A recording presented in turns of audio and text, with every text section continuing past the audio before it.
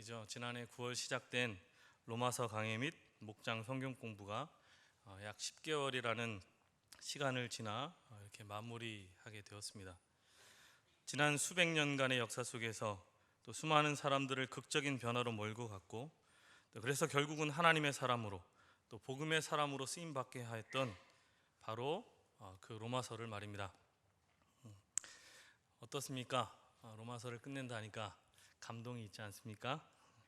그렇게 로마서는 복음을 믿지 않았던 사람들에게나 또는 이미 복음을 믿었던 사람들에게나 동일하게 계속해서 인생의 가장 가치 있는 만남은 복음과의 만남이며, 또 가장 가치 있는 깨달음은 바로 이 복음에 대한 깨달음이고, 가장 가치 있는 확신과 믿음은 바로 이 복음에 대한 확신과 믿음이라는 것, 이것을 집요하게 계속해서 선언하고 있었습니다. 그러하게 이토록 소중하고 가치 있는 복음과의 만남 속에서 참다운 진리를 깨달았던 수많은 사람들은 그렇게 그 복음 안에서 발견된 진리를 향한 확신과 믿음 안에서 또 그것으로 인해 인생의 방향이 전환되는 놀라운 일들이 일어날 수밖에 없었다는 것들을 역사를 통해서도 확인할 수 있게 합니다. 정말로 이것이 정말 우리에게 진리라 한다면, 이것이 우리에게 가장 소중한 그 기쁨의 내용, 복음이라 한다면 그런 변화가 일어나지 않을 수 없지 않겠습니까? 산속에서 길을 잃고 헤매고 있을 때 그렇게 시간은 지나서 점점 어디로 자기가 가고 있는지도 모른 채 해는 저물어 가고 순간 어둠이 앞을 가리는 그런 상황 속에 있을 때, 그때 만약에 등산로를 발견하게 된다면, 그래서 내려가는 길을 찾게 된다면 당장의 한 걸음에 그 길로 밑으로 내려가지 않겠습니까? 그저 그 자리에 머물러 있는 사람은 아무도 없을 것입니다. 혹여라도 주변에 함께 산을 올라갔던 동행이 있다면 크게 소리질러 내가 길을 찾았다, 함께 내려가자 이야기하지 않을 수 있겠습니까? 그동안 원래 풀리지 않았던 그런 연구에 매진했던 사람들이 있다면, 그래서 몇 날 며칠 잠도 못 자고 끙끙 앓면서 그 연결고리를 해결하지 못해 계속해서 실험을 밤새도록 해내며 그 방법을 찾고 있을 때, 우연찮게 행해졌던 실험으로 인해서 그 방법을 만약에 찾게 되었다면 그때의 그 기쁨, 그리고 그 기쁨의 소식을 전하지 않을 수 있겠습니까? 어떻게 그 감정을 내리눌러 참을 수 있겠습니까? 혹여라도 그 연구로 인해 그 분야와 학계에 큰 영향을 주게 된다면 그의 인생은 그 연구 성과로 인해 큰 전환점을 분명 마주하게 될 것이고, 그리고 그 연구의 결과가 그에게 늘 꼬리표처럼 달려 있지 않겠습니까? 영원할 수도 없고 완전할 수도 없는 우리 삶 속에서의 발견도 이처럼 우리로 하여금 필연적으로 변화를 수반하게 하는데, 하물며 영혼과 영혼의 문제를 다루는 이 생명의 복음 앞에서 우리는 어떻게 변화된 삶을 살지 않을 수 있겠느냐 하는 것입니다.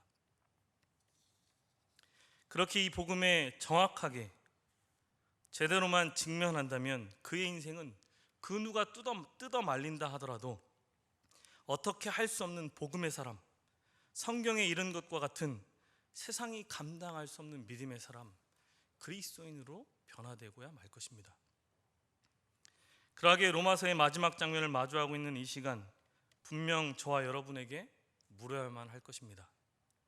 지난 10개월간의 시간을 지나 묵상하며 때론 공부하고 토론도 하고 듣기도 많이 들었던 로마서, 그 로마서는 오늘 우리에게 과연 무엇을 향한 도전을 주었고 또 무엇을 향한 어떠한 변화를 가져왔는지 말입니다.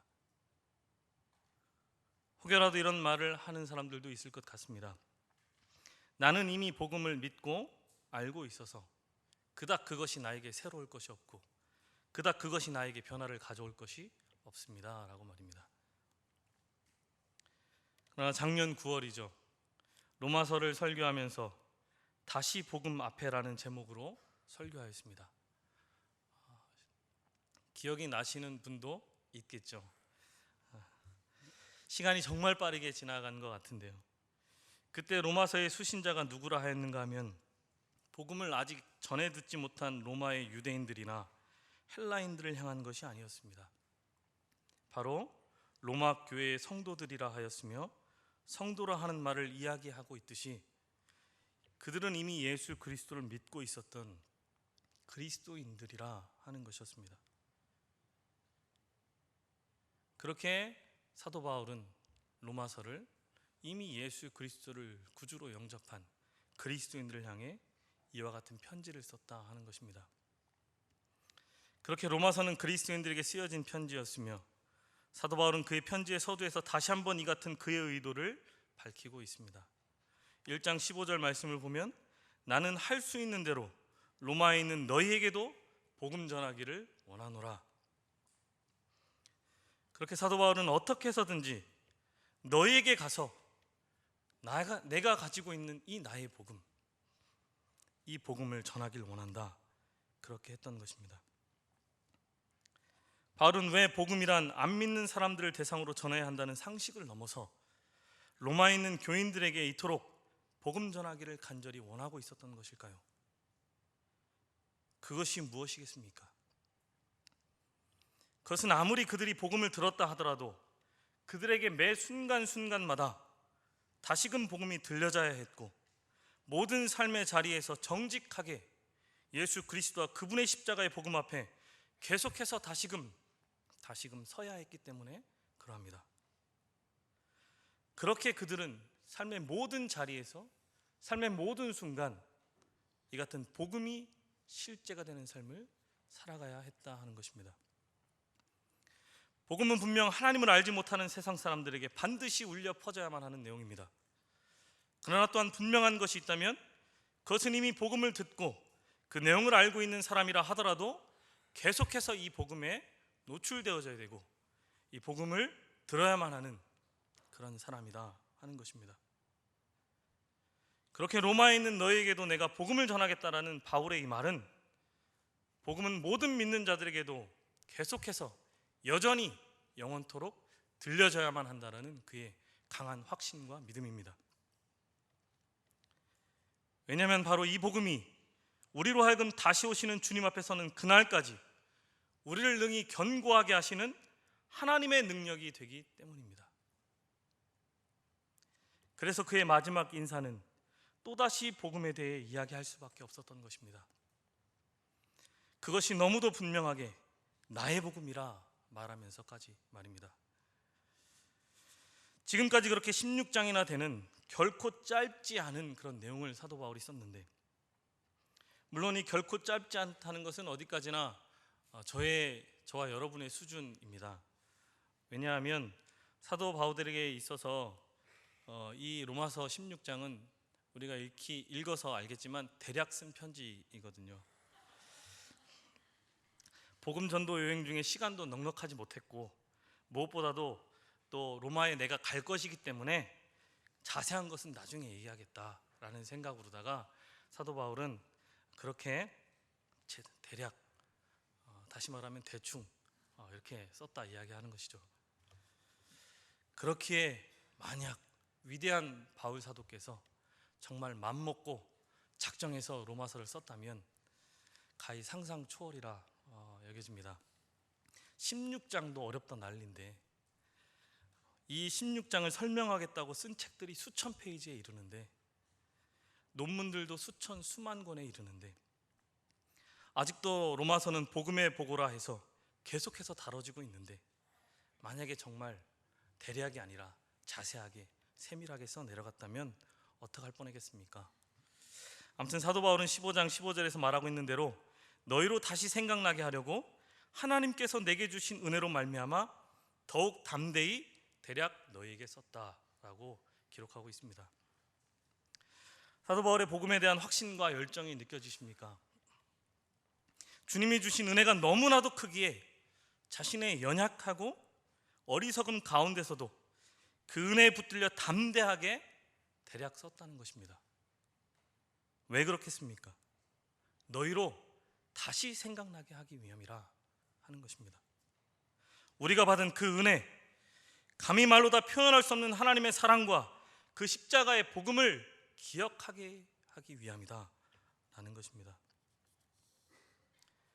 해마다 여름이면 야곱 공동체에서는 TTL 그라운드를 진행합니다.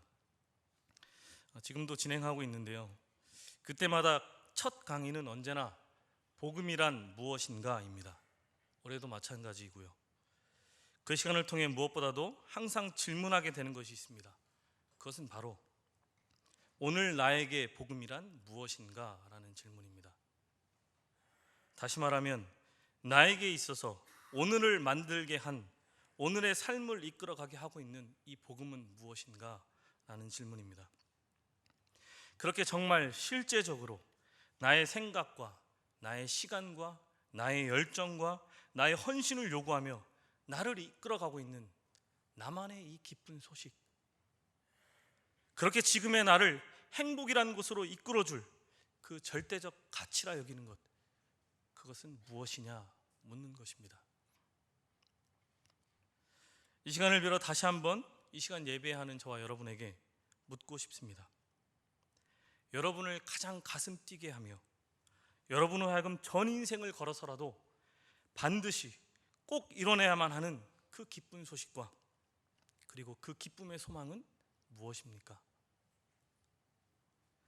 그렇게 여러분의 오늘과 여러분의 내일에 있어서도, 아니 영원토록 변하지 않을 것 같은 절대적 가치, 절대적인 그 행복의 소식, 그 복음의 내용은 무엇이냐 하는 것입니다. 바라기는 로마서 전체를 통해서 사도 바울이 자신 있게 힘주어 강조하고 또 강조해도 지나치지 않는다는 듯 마지막까지 다시 한번 강조하고 선언하고 있는 나의 영원한 복음이요, 영원토록 변하지 않는 절대적 가치요, 나를 그었던 세상의 행복과 평안으로도 비교할 수 없게 만드는 나의 생명의 소망이 바로 예수 그리스도, 그분으로 대답되어지는 그런 인생이 되기를 진심으로 축원합니다. 그런데 사실 복음이란 무엇이겠습니까? 라는 강의를 준비하면서 그런 함께 나누는 시간들을 통해서 얻게 되는 것, 그 누구보다도 그것은 바로 저에게 있었습니다. 저에게 주어지는 기쁨과 복음의 확신이라는 것에 대한 재확인이었습니다.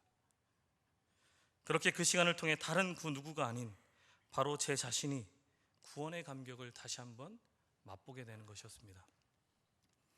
늘 한 학기를 마치고 여름 사역을 준비하면서 저도 모르게 지치고 피곤해질 때쯤 그라운드는 시작합니다. 그걸 또 해 속으로 몇 번 묻습니다. 하지만 나에게 복음이 무엇인가, 그 영원한 가치요 소망인 복음을 확인하는 순간, 그렇게 다시금 되새기는 순간 제 안에 넘치는 감사와 감격과 열정이 살아나는 것을 확인하게 됩니다. 사도 바울도 그랬을 것 같습니다. 로마서를 써 내려가면서 이방인을 향한 복음 전도자로 부르신 주님의 소명과 그 사명이 다시금 불일 듯 일어나게 되며 복음의 영화로움과 그 능력이 다시금 그를 사로잡았음은 당연했을 것입니다. 로마서를 써야겠다고 마음먹은 그 순간부터, 그렇게 성령 하나님께서 그 마음에 강하게 감동을 주셨던 그 순간부터 그의 마음은 이미 뜨겁게 불타오르는 복음의 열정에 사로잡힌 복음의 사람이 되었다는 것입니다. 그렇게 로마서는 그의 시작을 자신은 하나님의 복음을 위해 택함받은 사람임을 고백하더니 이내 곧 내가 이 복음을 부끄러워하지 아니하노니 이 복음은 모든 믿는 자에게 구원을 주시는 하나님의 능력이 됨이라 선언합니다. 그 같은 로마서를 기록하고 있는 사도 바울을 상상해 보십시오. 그가 얼마나 큰 복음의 능력에 대한 확신 속에서 얼마나 큰 기쁨에 넘쳐 감격하면서 이 같은 글을 써내려갔을지를 말입니다. 그러더니 마지막에 이르러서는 지금까지 전한 이 복음은 그 누구의 복음도 아닌 바로 나의 복음이라 선언하고 있습니다. 우리나라는 문화적으로 우리라는 표현을 좋아합니다.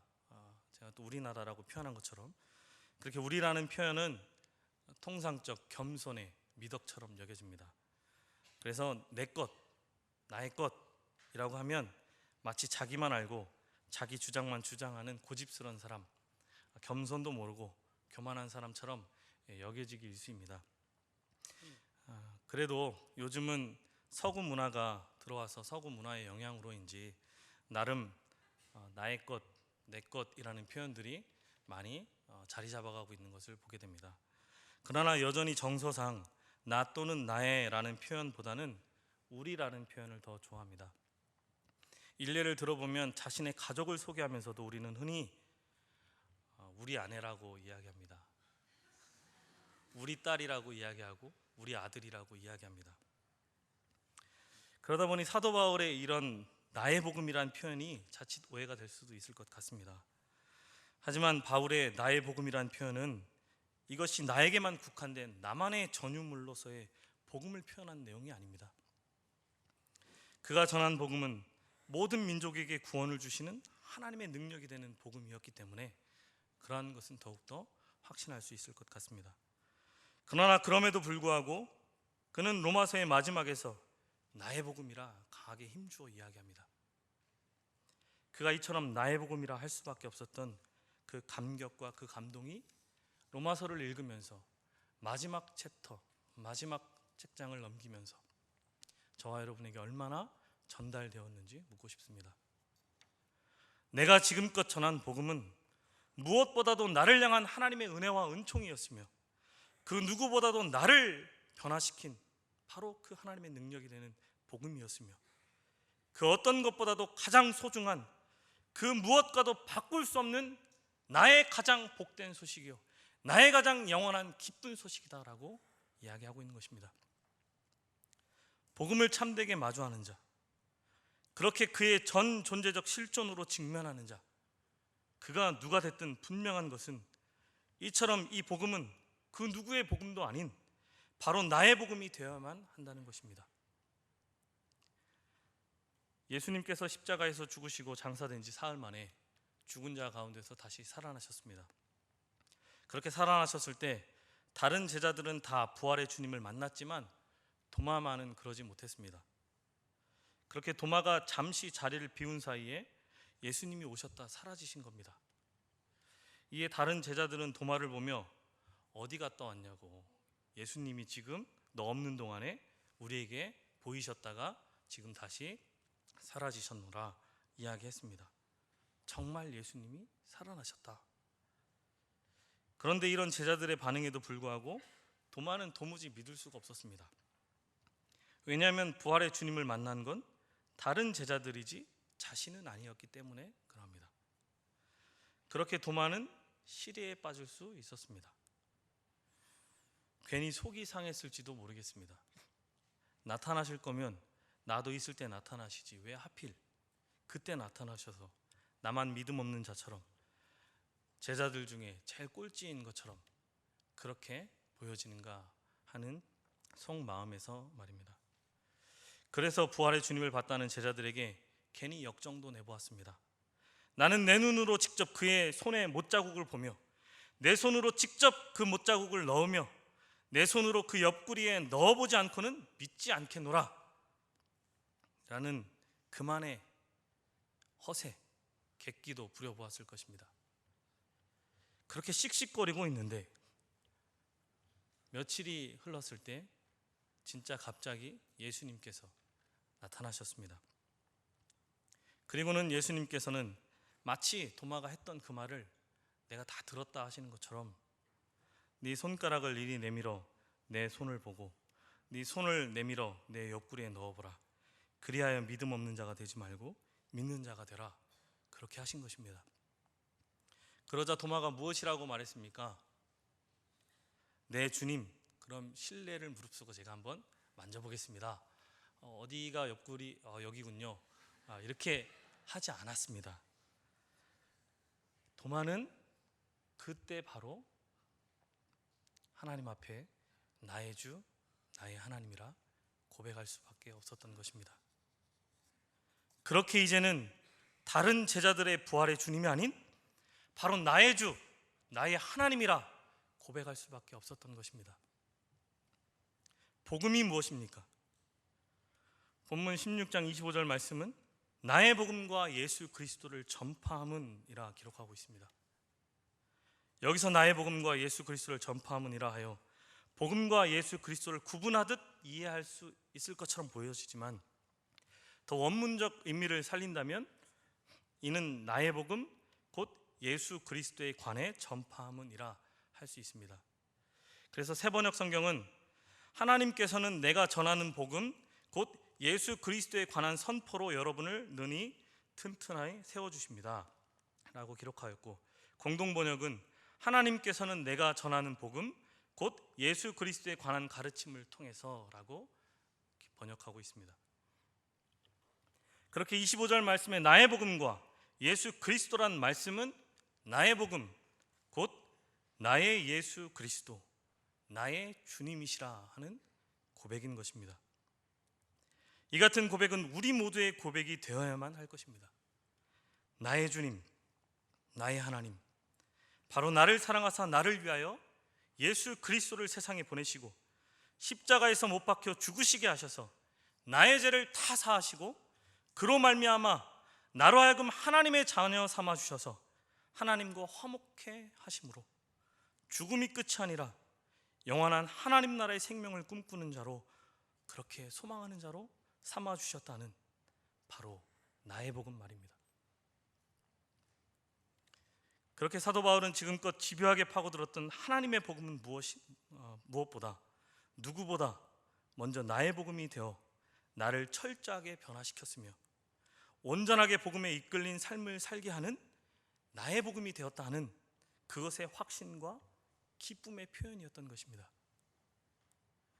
사도 바울은 이러한 나의 복음에 이끌려 먼저는 그의 삶이 변화된 삶을 살게 되었습니다. 그렇게 예수 그리스도의 십자가의 복음이 그를 지식적으로만 압도했던 것이 아니라 그의 전 생애를 향한 실제적 복음이 되었다 하는 것입니다. 그러하게 사도 바울은 그 복음에 너희도 나의 복음이라 다시 한번 반응하며 실제적으로 이 복음에 붙들리라 이야기하고 있는 것입니다. 그렇게 이 복음이 이끄는 삶을 살아가라 이야기하고 있는 것입니다. 왜냐하면 이 복음만이 우리를 능히 견고하게 하시는 하나님의 능력이 되기 때문에 그러합니다. 우리가 정말 사랑하는 것, 정말 소중히 여긴다 생각하고 있는 것, 그래야 그것에 나의 전 가치를 부여하고 있는 것, 그런 것이 있다 한다면 우리는 그것을 위해서라면 우리의 모두를 걸고 살아갑니다. 그것이 설령 목숨을 바쳐야 하는 것일지도 모르는 상황 속에서도 그것이 나에게 전 존재적 가치가 부여된 것이라면 그 길을 걸어갑니다. 그것을 이룰 수만 있다면, 그것을 지킬 수만 있다면 우리의 목숨도 마다하지 않습니다. 여러분의 마음속에 두고 있는 그 가치, 그 가치를 위해서는 상황과 환경이 핑계가 되지 않는다는 것입니다. 어떠한 대가를 지불해서라도 그것을 이루지 못해 안달이지, 그것을 이룰 수만 있다면 우리의 모든 것을 기꺼이 아낌없이 던질 것입니다. 절대 포기하지 않을 것입니다.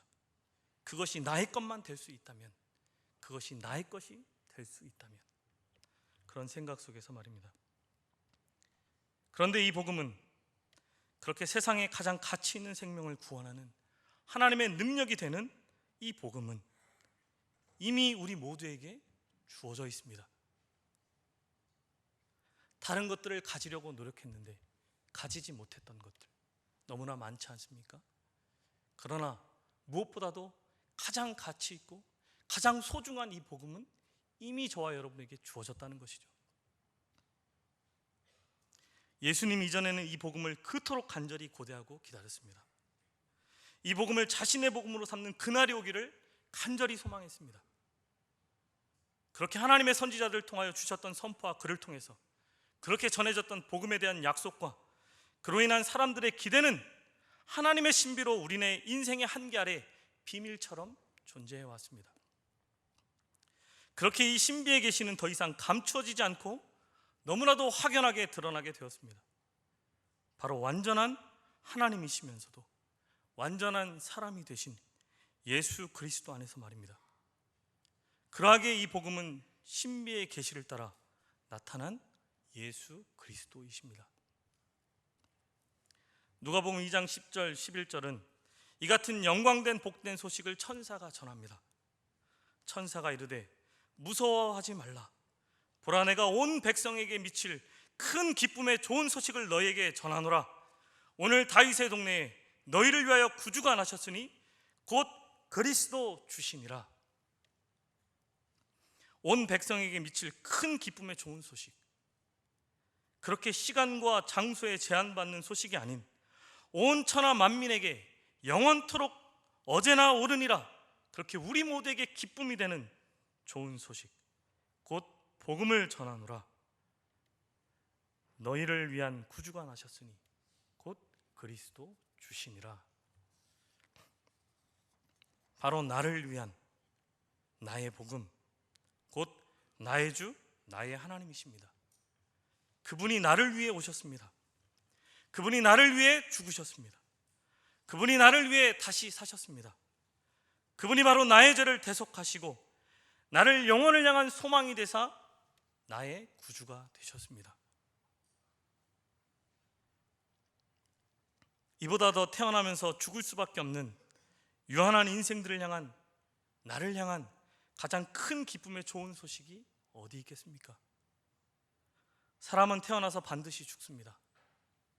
그러하기에 우리는 어떻게 사는가에 대한 관심이겠지만 정말 중요한 것은 죽는 것이 사실이기에 어떻게 죽음을 맞이할 것인가, 어떻게 죽음을 준비할 것인가 하는 것에 대해서도 반드시 생각하며 대비해야만 할 것입니다. 그런데 대부분의 모든 사람들은 한 번 사는 인생 어떻게 해서든지 이 땅 안에서 떵떵거리고 잘 살아보고자 하는 것에만 관심을 두게 합니다. 그렇게 사는 것은 개인적 삶 안의 실제입니다. 그런데 죽는 것에 관해서는 실제가 잘 되지 못합니다. 죽는 것은 생각하기도 싫으니까 그렇게 우리네 인식의 뒤편으로 던져버립니다. 그래서 어떻게 이 땅 안에서 잘 살 수만 있다면 우리는 무엇이든 합니다. 그래서 한창 성장기에 있는 청소년들은 어른들이 알려준 방법대로 앞으로 잘 살기 위해 서로가 서로에게 우정을 쌓아주는 대신 경쟁심을 앞세우며 서로 앞서 나가려 피나게 노력합니다. 그렇게 그들에게 어른들이, 이 나라, 이 사회가, 이 세상이 준 진리는 뒤처지면 죽는다는 것입니다. 그렇게 그것이 실제가 되어 명문대학을 위해, 인류 기업을 향해, 그 안에서는 또다시 과장을 향해, 부장을 향해, 이사를 향해, 임직원을 향해, 또는 CEO를 향해 계속해서 높아져만 올라갑니다. 그렇게 그 끝이 무엇인지도 모른 채 말입니다. 그렇게 태어나면 반드시 마주하게 되어 있는 죽음의 문제는 생각하지도 않듯, 그렇게 그것은 귀찮다는 듯, 죽음 이후에 대한 영혼을 향한 것은 생각하지도 못한 채 말입니다. 하지만 죽음이 실제가 되는 순간이 있습니다. 저는 제 나이 30이 넘어서까지 죽음이 실제가 되지 못했습니다. 왜냐하면 제 주변에 가까운 친척들이 다 살아계셨기 때문입니다. 그렇게 할머니, 할아버지, 아버지, 어머니, 사촌들 모두가 만나면 늘 행복하고 그 행복은 영원하리라 느껴졌습니다. 그러나 5년 전부터 너무도 아픔의 연속이었습니다. 주변에서 암으로 세상을 떠나시는 분들이 계셨습니다. 그러더니 평생을 새벽 예배, 정말 그 1등을 거의 놓치지 않았던 제 할아버지께서도 주님 품으로 떠나셨습니다. 그러더니 몇 해 전에는 아버지께서 건강검진 중 암 3기라는 판정을 받으셨습니다. 그 순간 그렇게 믿음 좋다 여겨주셨던 어머니는 하염없이 우시고 아버지는 말수가 적으셨습니다. 그 순간 저희 가족들에게 죽음은 실제가 되었습니다. 그동안 하나님의 말씀을 통해, 여러 설교와 성경 공부를 통해 죄의 삭은 사망이라, 한 번 죽는 것은 사람에게 정해진 것이요 그 후에는 심판이 있으리라 하는 말씀들이 아무리 외쳐졌어도, 아무리 귓가에 들려졌어도 그것이 실제가 되지 못했던 저에게, 저의 가정에게 그제서야 실제로 다가왔다는 것이죠. 이처럼 사람들은 자신이 죽음을 직면한 순간이 되어서야 죽음이 실제가 되어 그를 사로잡게 하는 것을 경험하게 됩니다. 그렇게 아버지의 소식을 들었을 때 잠이 안 왔습니다. 저뿐만이겠습니까? 아버지, 어머니 모두가 잠을 이룰 수 없었습니다. 그동안 우리는 모두가 죽을 수밖에 없는 존재이며 죽음 이후에는 하나님의 심판이 있다는 하나님의 말씀을 익히도록 알고는 있었지만 그것이 저에게 그렇게 실제는 아니었던 것이죠. 죽음을 피할 수 없는 것은 알았지만 그것이 이리 빨리 다가올 줄은 몰랐던 것입니다. 그렇게 이런 죽음의 문턱 앞에서 그것이 실제가 되는 순간 사람들은 그동안 어떻게 사는가에 대한 관심에서 벗어나 전혀 다른 차원이 그를 실제로 이끄는 것을 경험하게 됩니다. 이런 경험이 있으십니까? 아픔의 경험이겠죠. 죽음이 실제가 되어 잠을 못 자고 죽음 이후의 문제를 해결하지 못해 어찌하지 못했던 그런 때 말입니다. 우리는 어떻게 사는 것에만 혈안이 되어 영원히 죽지 않을 것처럼 살아가고 있지는 않습니까? 종교개혁자 마틴 루터는 이 문제에 완전히 사로잡혔던 사람이었습니다. 그래서 그는 늘 이 죽음과 죽음 이후의 문제가 그를 더욱 견디기 힘들게 만들었습니다. 그의 온 관심사는 어떻게 하면 죽음 이후에 있는 피할 수 없는 하나님의 심판을 잘 준비할 수 있을까? 그 심판을 면할 수 있을까? 다시 말하면 어떻게 죽음을 잘 준비할 수 있을까 하는 것이었습니다. 그랬기에 그가 선택했던 것은 율법입니다. 온통 율법에 매여 살았습니다. 아무리 고행을 하고 또 해보아도 그렇게 무릎으로 성전 계단을 계속해서 오르내려도 그의 내면의 죄는 사라질 줄 몰랐고 그가 확인했던 것은 그도 어쩌지 못하는 죄인됨의 확인이었던 것입니다. 주변의 다른 수사들이 만류했습니다. 이제 그만하라고. 그 정도면 충분하다고. 그러나 죽음과 심판이 그에게는 참으로 실제였기에 그는 그 같은 고행을 아무리 해도 지나침이 없는 부족함의 연속이라는 것을 깨달았습니다. 그렇게 삶에 소망이 없고 하나님의 심판이 두려움 앞에서 살아갔던 그 루터에게 어느 날 너무나도 큰 기쁨의 좋은 소식이 들려져 왔습니다. 바로 예수 그리스도의 십자가의 복음입니다. 이전까지 그것을 몰랐다는 것 아닙니다. 알고 있었지만 그것이 그에게 실제가 되지 않았던 것입니다. 그는 로마서 1장 16절 17절 말씀을 통해 이 복음은 모든 믿는 자에게 구원을 주신 하나님의 능력이 됨이라. 먼저는 유대인에게요 그리고 헬라인에게로다. 복음에는 하나님의 의가 나타나서 믿음으로 믿음에 이르게 하나니 기록된 바 오직 의인은 믿음으로 말미암아 살리라. 오직 의인은 믿음으로 말미암아 살리라 하는 말씀이 그의 가슴에 비수처럼 꽂혔습니다. 그리고 그 비수는 그를 고통스럽게 한 것이 아니라 그동안 그를 고통스럽게 했던 그 구원의 문제와 하나님의 심판대 앞에서의 문제를 해결하게 해주는 참된 복음이었습니다. 그 순간 그가 마주했을 그 큰 기쁨과 완전한 복음의 능력 안에서의 그 자유함이 어떠했겠습니까? 그렇게 그는 이 복음이 실제가 되자 그의 삶이 변화될 수밖에 없었습니다. 그렇게 그가 종교개혁이라 하는 놀랍고도 위대한 일을 이룬 것이 아니라 이토록 위대한 예수 그리스도의 십자가의 복음이, 이 복음의 능력이 그를 종교개혁이라 하는 그곳으로 이끌었던 것입니다. 마치 로마서를 쓰고 있는 사도 바울처럼 말입니다.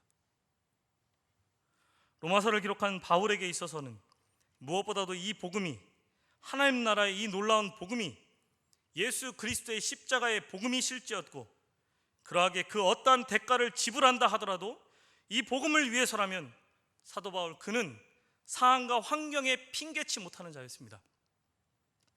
그러하게 그는 로마서의 마지막까지 이 복음만을 선포하며 나의 복음된 예수 그리스도 그분만을 전하는 것에 대해 다시 한번 힘주어 선언함과 동시에 자신이 이 같은 사역을 감당할 수 있게 하는 것은 바울 그 자신 안에 있지 않고 오직 하나님의 능력 대신 그 복음 안에 이미 주어진 것이라, 그러하게 이것이 바로 신비의 계시라, 하나님의 능력이라 선포하고 있는 것입니다. 바울은 이 복음을 깨닫고 나서 모든 것을 배설물로 여겼다 했습니다. 왜냐하면 예수를 아는 이 지식이 가장 귀하고 소중하고 값지며 고상한 것이기 때문에 그러했다 합니다. 그 속에 이처럼 신비한 비밀이 숨겨져 있기에, 이토록 놀라운 하나님의 능력이 감추어져 있기 때문에 그러했던 것이죠. 그래서 그는 골로새서 1장 27절 말씀을 통해서 이 비밀은 너희 안에 계신 그리스도시니 곧 영광의 소망이니라 선언했던 것입니다. 그렇게 사도 바울에게 있어서 이 영광의 복음은 다른 사람이 아닌 바로 나를 변화시킨 복음이요, 지금도 내 속에서 역사하는 복음이요, 내가 생명을 걸고 확신하는 복음이요, 그 무엇보다도 내가 체험한 복음이다 하는 것이었습니다. 그리스도인은 증인입니다. 증인은 본 것을 증거하는 자입니다. 예수 그리스도의 십자가가 우리를 구원케 하는 놀라운 하나님의 능력이며 복음이라는 우리 자신 스스로의 확신과 고백이 있어야 하는 것입니다. 그렇게 예수님만이 우리의 유일한 소망입니다라는 나의 신앙 고백, 그 내용이 있어야 한다는 것입니다. 사도 바울이 로마서를 쓴 이유가 무엇이라 처음에 이야기했습니까? 불신자를 회심시키기 위한 것이라 했습니까? 아니라 했습니다. 바로 믿음의 감격과 믿음의 열정을 잃은 로마 교회의 성도들에게 다시금 복음의 불을 붙이기 위해서였던 것입니다. 다시금 그들이 확인해야 될 것, 다시금 그들이 그 앞에 서야 할 것, 그것을 깨닫게 하기 위함이었습니다.